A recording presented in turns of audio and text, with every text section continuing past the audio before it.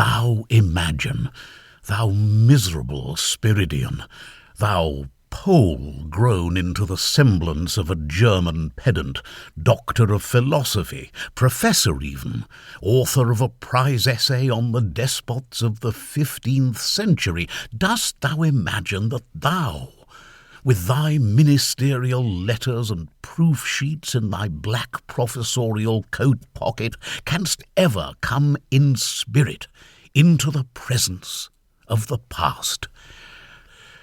Too true, alas, but let me forget it, at least every now and then, as I forgot it this afternoon, while the white bullocks dragged my gig slowly winding along interminable valleys, crawling along interminable hillsides, with the invisible droning torrent far below, and only the bare grey and reddish peaks all around, up to this town of Urbania, forgotten of mankind, towered and battlemented on the high Apennine ridge.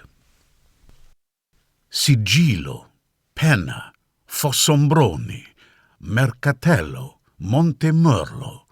Each single village name, as the driver pointed it out, brought to my mind the recollection of some battle or some great act of treachery of former days. And as the huge mountains shut out the setting sun, and the valleys filled with bluish shadow and mist, only a band of threatening smoke red remaining behind the towers and cupolas of the city on its mountain top, and the sound of church bells floated across the precipice from Urbania, I almost expected at every turning of the road that a troop of horsemen with beaked helmets and clawed shoes would emerge, with armour glittering and pennons waving in the sunset. And then, not 2 hours ago, entering the town at dusk, passing along the deserted streets with only a smoky light here and there under a shrine, or in front of a fruit stall, or a fire reddening the blackness of a smithy, passing beneath the battlements and turrets of the palace. Ah, that was Italy.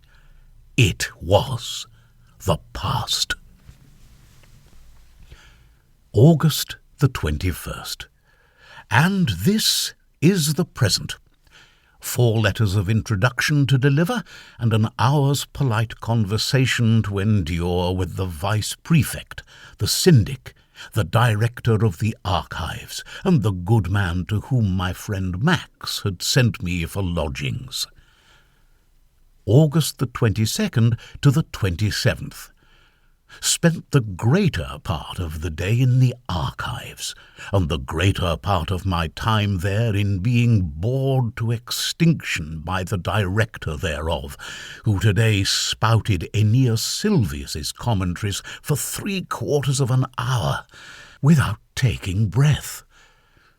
From this sort of martyrdom, what are the sensations of a former racehorse being driven in a cab? If you can conceive them, they are those of a Pole-turned-Prussian professor. I take refuge in long rambles through the town. This town is a handful of tall black houses, huddled onto the top of an alp. Long narrow lanes trickling down its sides, like the slides we made on hillocks in our boyhood, and in the middle the superb red-brick structure, turreted and battlemented, of Duke Ottobuono's palace, from whose windows you look down upon a sea, a kind of whirlpool of melancholy grey mountains. Then there are the people, dark, bushy-bearded men riding around like brigands, wrapped in green-lined cloaks upon their shaggy pack-mules, or loitering about, great, brawny, low-headed youngsters like the party-coloured bravos in Signorelli's frescoes, the beautiful boys, like so many young Raphaels, with eyes like the eyes of bullocks, and the huge women, Madonnas or St. Elizabeths, as the case may be, with their clogs firmly